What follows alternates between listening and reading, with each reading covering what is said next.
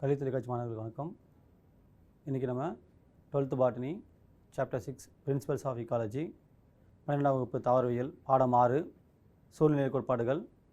இந்த பாடப்பகுதியில் இருக்கக்கூடிய 1 மதிப்பெண் 2 மதிப்பெண் 3 மதிப்பெண் மற்றும் 5 மதிப்பெண் வினாக்கள் பற்றி பார்ப்போம்.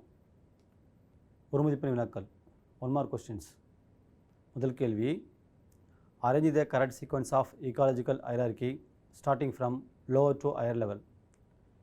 Option A, individual organism, population, landscape, ecosystem. Option B, landscape, ecosystem, biome, biosphere. Option C, community, ecosystem, landscape, biome. Option D, population, organism, biome, landscape. சூழ்நிலையியல் படிநிலைகளின் சரியான வரிசை அமைப்பினை கீழ்நிலையிலிருந்து மேல்நிலைக்கு வரிசைப்படுத்தி அமைக்கவும். தனி உயிரினம், உயிரினத் தொகை, நிலத்தோற்றம், சூழல் மண்டலம். நிலத்தோற்றம், சூழல் மண்டலம், உயிர்மம், உயிர்கோளம். குழுமம், சூழல் மண்டலம், நிலத்தோற்றம், உயிர்மம். உயிரித்தொகை, உயிரினம், உயிர்மம், நிலத்தோற்றம். இதற்கான விடையை பார்ப்போம். ஈக்காலஜிக்கல் ஹைரார்கி சூழ்நிலையியல் படிநிலைகள் கீழிருந்து மேல் நோக்கி பார்த்தோம்னா individual organism, population, community, ecosystem, landscape, biome, biosphere. அது தனி உயிரினம், உயிர்த்தொகை, குழுமம், சூழல் மண்டலம், நிலப்பரப்பு, உயிர்மம், உயிர்கோளம். ஸோ அப்போ இதுக்கான விடை வந்து option C, community, ecosystem, landscape, biome. குழுமம், சூழல் மண்டலம், நிலத்தோற்றம், உயிர்மம். அடுத்த கேள்வி, a specific place in an ecosystem where an organism lives and perform its functions is habitat, niche, landscape, biome. ஒரு உயிரினம் ஒரு குறிப்பிட்ட இடத்தில் அமைந்து தனது பணியினை செயல்படுத்தும் சூழ்நிலை தொகுப்பு புவிவாழிடம், செயல்வாழிடம், நிலத்தோற்றம், உயிர்மம். இதற்கான விடையை பார்ப்போம். Option B, niche. ஆ, செயல்வாழிடம். இதற்கான விளக்கத்தை பின்னாடி கேள்வியில் பார்ப்போம். அடுத்த கேள்வி, read the given statement and select the correct option. Statement A, cattle do not graze on weeds of Calotropis. Statement B, Calotropis have thorns and spines as defense against herbivores. அதுக்கான விடைகள் answers. Option A, both statement A and B are incorrect. Option B, statement A is correct but statement B is incorrect. Option C, both statement A and B are correct but statement B is not the correct explanation of statement A. Option D, both statement A and B are correct and statement B is correct explanation of statement A. கீழ்கண்டவற்றை படித்து சரியான விடையினை தேர்ந்தெடுக்கவும். கூற்று ஆ, களைச்செடியான கலோட்ரோபிஸ் தாவரத்தை கால்நடைகள் மேய்வதில்லை.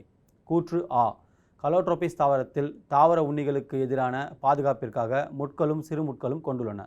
விடைகள் ஆ, கூற்று ஆ மற்றும் ஆ ஆகிய இரு கூற்றுகளும் தவறானவை. கூற்று ஆ சரி, ஆனால் கூற்று ஆ சரியானது அல்ல. கூற்று ஆ மற்றும் ஆ சரி, ஆனால் கூற்று ஆவிற்கான சரியான விளக்கம் இல்லை.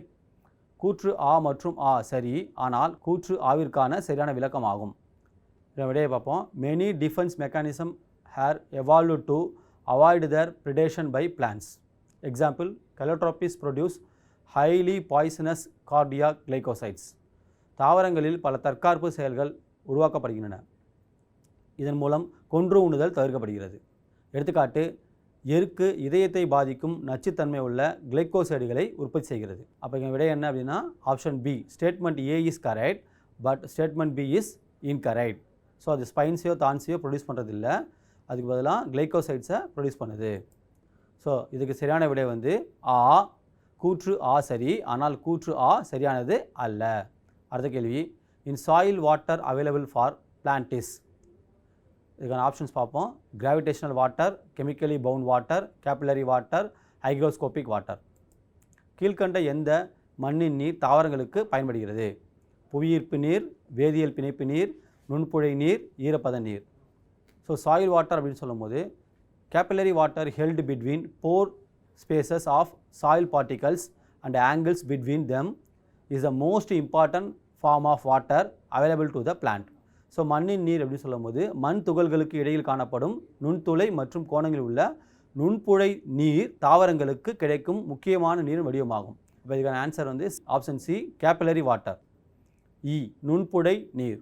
அடுத்த கேள்வி, read the following statement and fill up the blanks with correct option. Total soil water content in the soil is called. Soil water not available to plant is called. Soil water available to plant is called. இதுக்கு 4 option கொடுத்துருக்காங்க. So holard, echard, chresard. Echard, holard, chresard. Chresard, echard, holard. Holard, chresard, echard. கீழ்கண்ட கூற்றுகளில் காணப்படும் கோடிட்ட இடங்களுக்கு சரியான விடைகளை கொண்டு பூர்த்தி செய்க. மண்ணில் காணப்படும் மொத்த நீர், தாவரங்களுக்கு பயன்படாத நீர், தாவரங்களுக்கு பயன்படும் நீர். ஹாலார்ட், echard, chresard. Echard, holard, chresard. கிரெசார்ட், echard, ஹாலார்ட். Holard, கிரெசார்ட், ஹெக்கார்ட். So அப்போ இதுக்கான ஆப்ஷன் விடையை பார்த்தோம்னு சொன்னால் holard total soil water content. Chresard water available to plants. Echard water not available to plants. Holard என்பது மண்ணில் காணப்படக்கூடிய மொத்த நீர். கிரெசார்ட் என்பது தாவரங்களுக்கு பயன்படக்கூடிய நீர். எக்கார்ட் அப்படின்றது தாவரங்களுக்கு பயன்படாத நீர். இதுக்கான ஆன்சர் வந்து ஆப்ஷன் ஏ, ஹாலார்ட், எக்கார்ட், கிரெசார்ட். இதுக்கான விடை ஆப்ஷன் ஆ, ஹாலார்ட், எக்கார்ட், கிரெசார்ட். அடுத்தது 2 மதிப்பெண் வினாக்கள், 2 mark questions. First question, name the levels of ecological hierarchy. Already நம்ம 1 மதிப்பெண் வினாக்களை பார்த்துருக்கோம். ஸோ ஈக்காலஜிக்கல் ஹைரார்கின்னு சொல்லும்போது இங்கே bottom to top individual organism, population, community, ecosystem, landscape, biome and biosphere. பல்வேறு சூழ்நிலையில் படிநிலைகளை எழுதுக. தனி உயிரினம், உயிரினத்தொகை, குழுமம், சூழல் மண்டலம், நிலப்பரப்பு, உயிர்மம், உயிர்கோளம். அடுத்த கேள்வி, what are ecological equivalence? Give one example. Taxonomically different species occupying similar habitat or niches in different geographical regions are called ecological equivalents. Example, certain species of epiphytic orchids of Western Ghat of India differ from the epiphytic orchid of South America, but they are epiphytes. சூழ்நிலையியல் சமானங்கள் என்றால் என்ன? ஓர் எடுத்துக்காட்டு தருக. வகைப்பாட்டியலில் வேறுபட்ட சிற்றினங்கள் வெவ்வேறு புவிப்பரப்புகளில் ஒரே மாதிரியான வாழிடங்கள் பெற்றிருந்தால் அவற்றை சூழ்நிலையியல் சமானங்கள் என அழைக்கின்றோம். எடுத்துக்காட்டு, இந்திய மேற்கு தொடர்ச்சி மலைகளில் உள்ள குறிப்பிட்ட சில தொற்று தாவர ஆர்க்கிட் சிற்றினங்கள் தென் அமெரிக்காவில் உள்ள தொற்று தாவர ஆர்க்கிட் சிற்றினங்களிலிருந்து வேறுபடுகின்றன. இருப்பினும் அவை அனைத்தும் தொற்று தாவரங்களே. Next question, what is seed ball? Seed ball is an ancient Japanese technique of encasing seeds in a mixture of clay and soil humus, so also in cow dung, and scattering them on to suitable ground, not planting of trees manually. So விதைப்பந்து என்றால் என்ன? களிமண் மற்றும் இலைமட்குடன் பசுமாட்டின் சாணம் உட்பட விதைகளை கலந்து உருவாக்கப்படும் விதைப்பந்துகள் ஜப்பானியர்களின் பழமையான நுட்பமாகும். ஸோ இம்முறையில் நேரடியாக தாவரங்களை தக்க சூழலில் வளர பொருத்தமான இடங்களுக்கு கொண்டு சேர்க்க மனிதன் உதவுகிறான். ஸோ இதனுடைய சீட் பால்ஸோட பிக்சரு, விதைப்பந்துகள். அடுத்த கேள்வி, distinguish autecology and synecology. Autecology is the ecology of an individual species and is also called species ecology. அப்போ கொஸ்டின் எப்படின்னு கேட்கலாம், species ecology or at ecology. Syn ecology is the ecology of population or community with one or more species and also called as community ecology. So community ecology is equal to syn ecology. சுய சூழ்நிலையியல் மற்றும் கூட்டு சூழ்நிலையியல் வேறுபடுத்துக. So சுய சூழ்நிலையில் ஒரு தனி சிற்றினத்தின் சூழ்நிலையியல் சுய சூழ்நிலை எனப்படும். இது சிற்றின சூழ்நிலையில் என்றும் அழைக்கப்படுகிறது. கூட்டு சூழ்நிலையியல் ஒன்று அல்லது அதற்கு மேற்பட்ட உயிரின தொகை அல்லது உயிரின குழுமத்தின் சூழ்நிலையில் கூட்டு சூழ்நிலை என்னும் எனப்படும். இது சமுதாய சூழ்நிலையில் எனவும் அழைக்கப்படுகிறது. அடுத்த கேள்வி, draw the diagram showing altitudinal zonation of vegetation. இப்போ 2 வெஜிடேஷன் இருக்குது. ஒன்று வந்து லேட்டிடியூடினல், இன்னொன்று வந்து ஆல்டிடியூடினல்.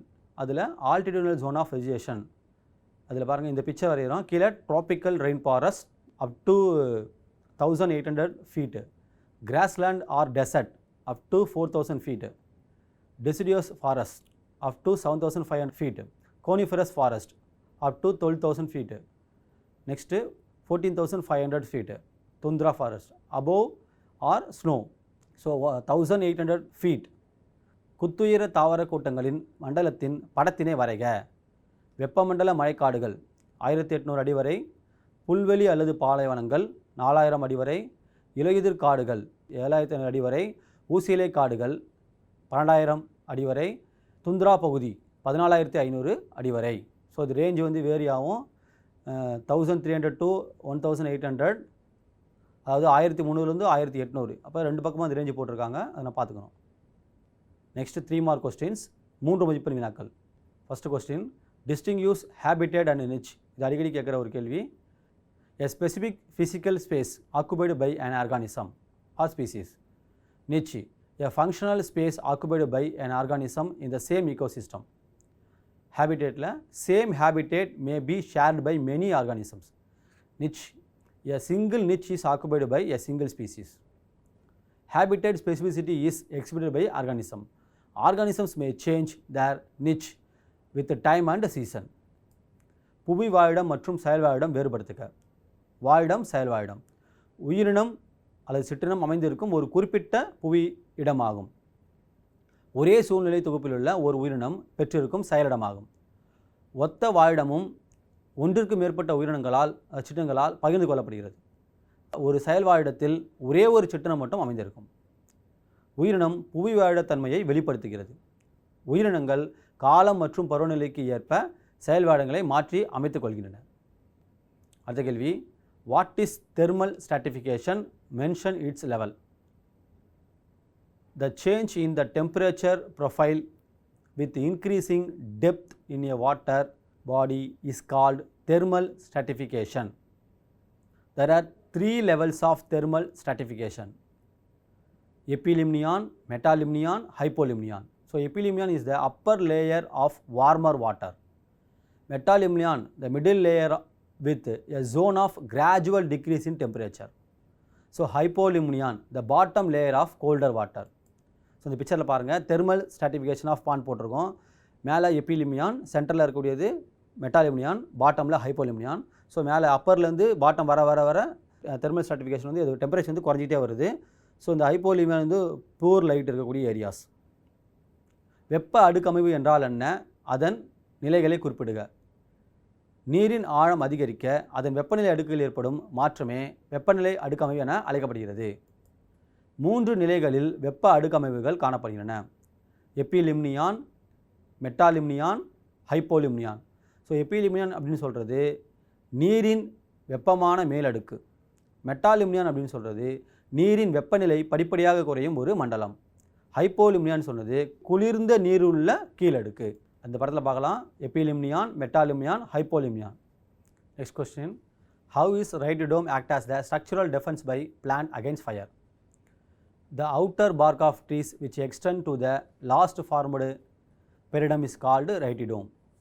It is composed of multiple layers of superized peridome, cortical and phloem tissues. It protects the stem against fire, water loss, invasion of insects and infection by microorganism. தாவரங்களில் ரைட்டிடோம் அமைப்பு எவ்வாறு தீக்கு எதிரான பாதுகாப்பு அமைப்பாக செயல்படுகிறது என்பதை குறிப்பிடுக. இது குறுக்கு வளர்ச்சியின் முடிவாக தோன்றிய சுப்பரின் கொண்டுள்ள பெரிடம், புரணி, புளோயம் திசுக்களான பல அடுக்குகளை கொண்டது. இப்பண்பு தீ, நீரிழப்பு, பூச்சிகளின் தாக்குதல், நுண்ணுயிர் தொற்று ஆகியவற்றிலிருந்து தாவரங்களின் தண்டுகளை பாதுகாக்கிறது. ஸோ ரைட்டிடோம் சொல்லும் போது multiple layers of periderm, it's dead tissues formed outside the last periderm. கடைசியாக தோன்றிய பெரிடமுக்கு வெளியே இருக்கக்கூடிய மொத்த அடுக்கு, அதுதான் நம்ம சொல்கிறோம் ரைட்டிடோம் சொல்கிறோம். இது ஃபயர்லேருந்து, தீயிலிருந்து பாதுகாப்பு அடுக்காக செயல்படுகிறது. It's a dead tissue part. Next 5 mark question, 5 மதிப்பெண் வினாக்கள். So describe dispersal of fruit and seeds by animals.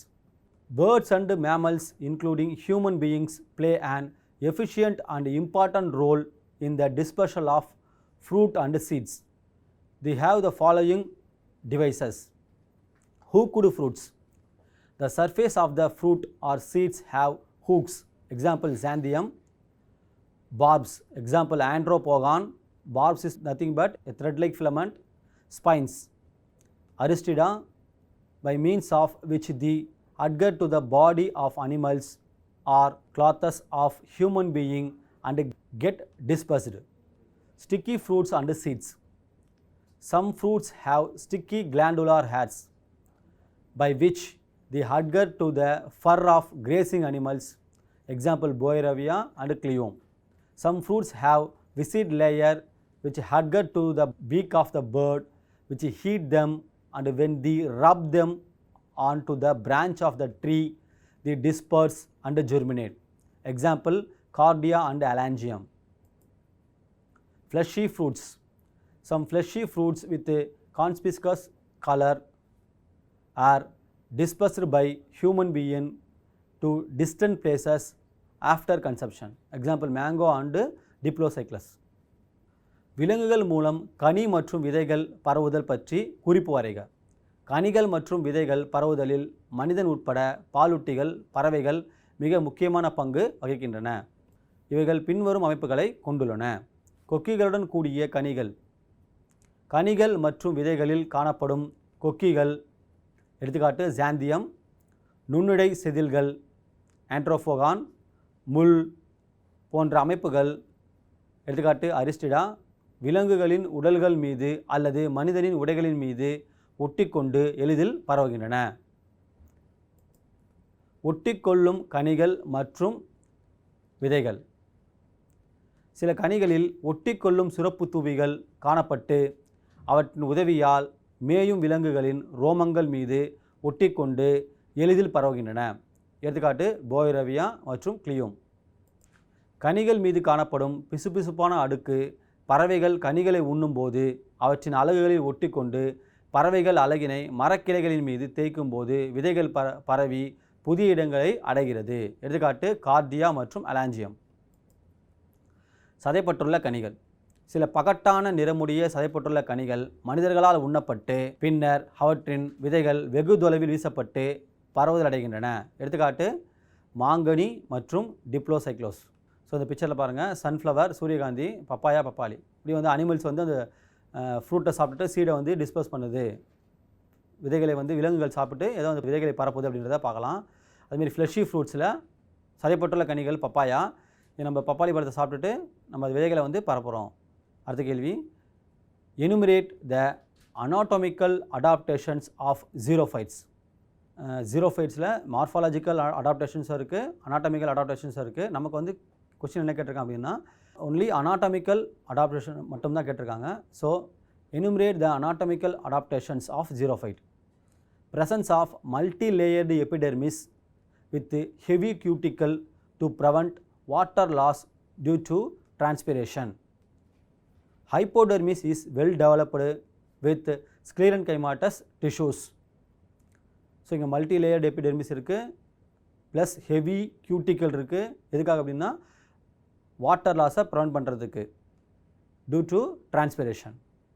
Then hypodermis is well டெவலப்டாக இருக்குது, அதுமாதிரி made up of sclerenchymatous cells. Sunken stomata are present only in the lower epidermis with the hairs in the sunken pits. Scotoactive type of stomata found in succulent plants. So scotoactive type of stomata. So பகலில் டேயில் வந்து க்ளோஸாக இருக்கும், நைட்டில் touring night டைமில் ஓப்பனாக இருக்கும். நம்ம ஸ்கோட்டோ ஆக்டிவ் டைப் ஆஃப் ஸ்டொமேட்டான்னு சொல்கிறோம். Then vascular bundles are well developed with several layered bundle sheath. So vascular bundles well டெவலப்பாக இருக்கும். ஸோ இது மூலிமா வாட்டரை ஈஸியாக கண்டக்ட் பண்ணோம். அதுக்காக வாஸ்குலார் டிஷ்யூஸ் வந்து வெல் டெவலப்டாக இருக்குது.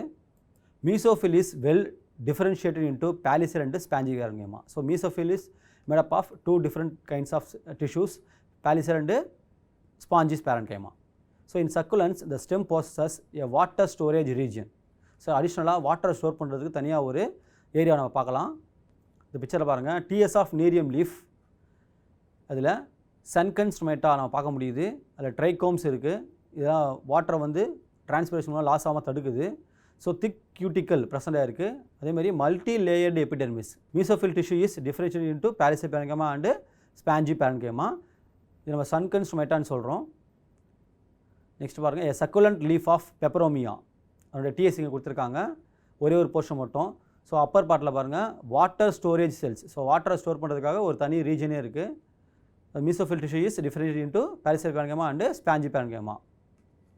வறண்ட நிலத்தாவரங்களின் உள்ளமைப்பு தகவமைப்புகளை எழுதுக.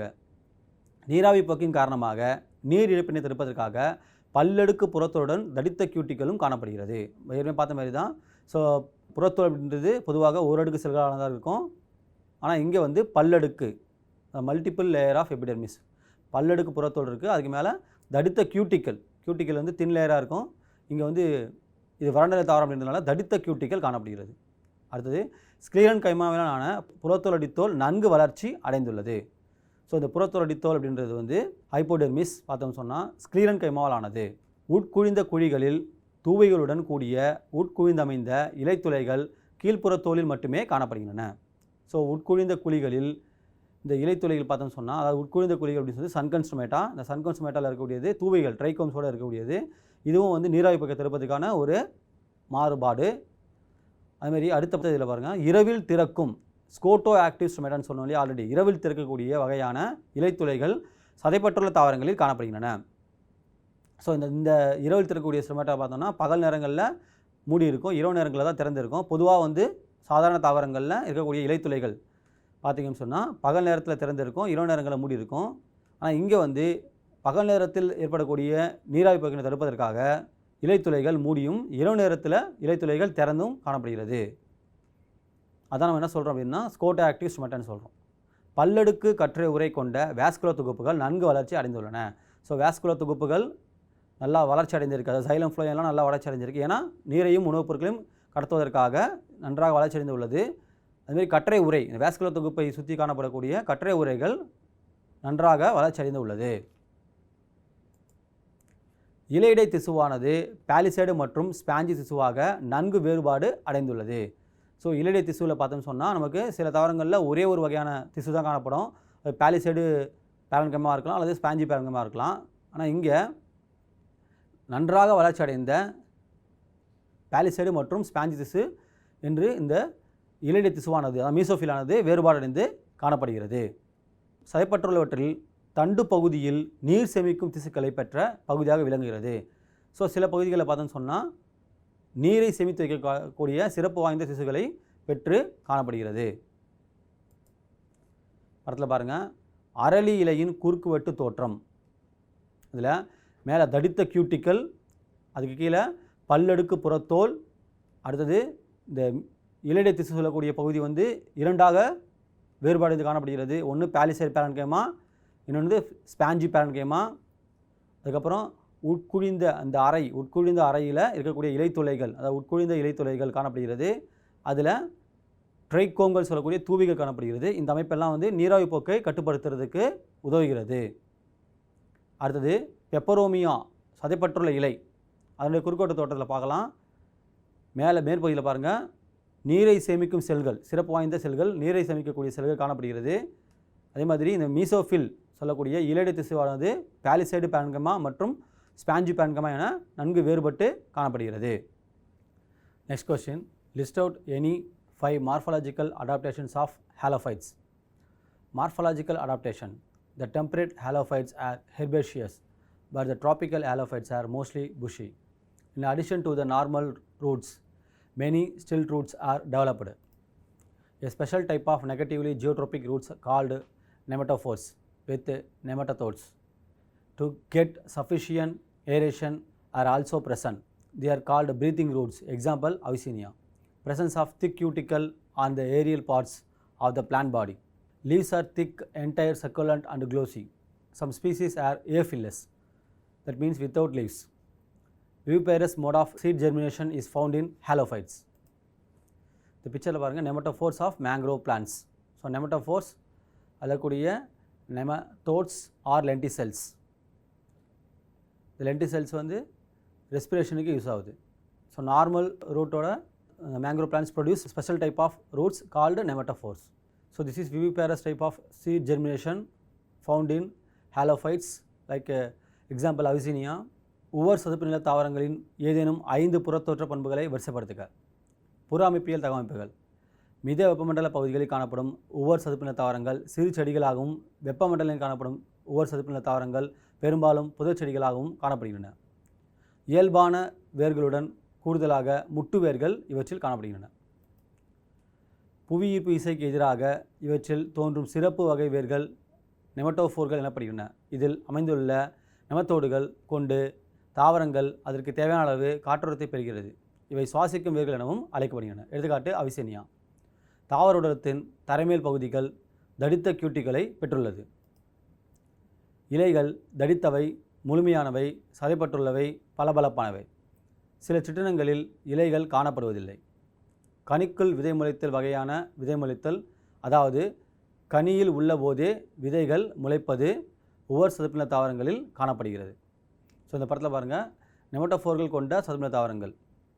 ஸோ நெமட்டோஃபோர்கள் தரைக்கு மேலாக காணப்படக்கூடிய சிறப்பு வாய்ந்த வேர்கள், அதில் இருக்கக்கூடிய நெமட்டோடு அல்லது பட்டைத்துளை, அது வாயு பரிமாற்றத்திற்கு உதவுகிறது.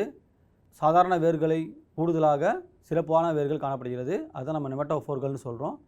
இது ஒவ்வொரு சதுப்பின தாவரங்களில் காணப்படக்கூடிய ஒரு சிறப்பான தகவமைப்பு ஆகும். இது புறத்தோற்ற தகவமைப்பு ஆகும். இது கனிக்குள் விதைமொழித்தல் வகை விதைமொழித்தல்.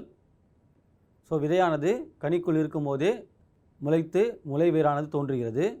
பின் தாவரத்திலிருந்து பிரிந்து கீழே விழும்பொழுது சேற்றில் சிக்கி அது முளைக்க ஆரம்பிக்கிறது, நேரடியாக முளைக்க ஆரம்பிக்கிறது மண்ணில். இது கனிக்குள் விதைமொழித்தல் வகை விதைமொழித்தல். இது ஒவ்வொரு சதுப்பின தாவரங்களுடைய சிறப்பான பண்பாகும். இதன் மூலம் விதையானது எளிதில் முளைத்தலுக்கு பயன்படுகிறது. மாணவர்களே, இன்று நாம் சூழ்நிலையியல் கோட்பாடுகள் பிரின்சிபல்ஸ் ஆஃப் இக்காலஜி பாடத்தில் உள்ள முக்கியமான 1 மதிப்பெண், 2 மதிப்பெண், 3 மதிப்பெண் மற்றும் 5 மதிப்பெண் வினாக்கள் பற்றி பார்த்தோம். அடுத்த பகுதியில் இதன் தொடர்ச்சியாக மேலும் சில முக்கியமான வினாக்களை பற்றி பார்ப்போம். நன்றி.